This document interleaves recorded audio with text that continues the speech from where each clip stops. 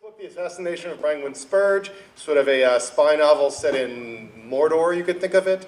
There is a goblin named Verfel showing an elfin guest around. The elfin guest is actually a spy sending images, which are actually by my collaborator, Eugene Yelchin, back, and the reader knows that those images are getting more and more wildly distorted as time goes on.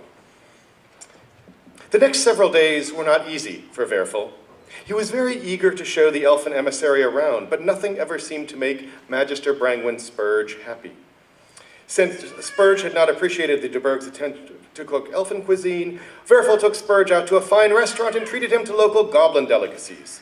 Steaks of the fierce goralaptor, sizzling in plum sauce, and mosses swimming in the thick, peppery cheeses of the Burgash mountain area, smoked plesiosaur, crunchy fried tendons from the bludge. Spurge gagged. He pushed his plate away. He murmured that everything was too spicy, too smoky, too heavy, too greasy. All the flavors were too strong. So Verfel tried to show Spurge the glories of goblin culture and history. He introduced him to the cream of goblin society. Everyone was gracious and thrilled to meet the elf emissary. But Spurge hardly spoke. He sat, looking conceited and uncomfortable, straight as a broom. I'll try to show him that goblins can be fun, Verfel thought.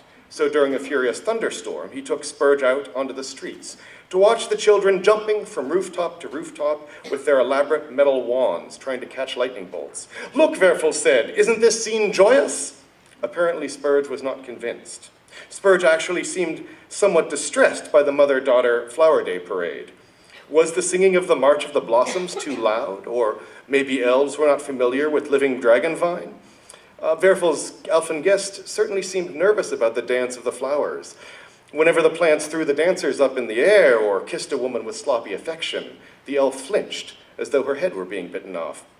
Magister Spurge did not seem much more pleased by the solemn museum of eminent skins. He did not take any interest in the discarded skins of famous goblin heroes and actors, despite all of the interesting dioramas. At the end of the tour, he did not even want to pet the slough of Vertigrin the Wise for good luck. It seemed Verfel couldn't win.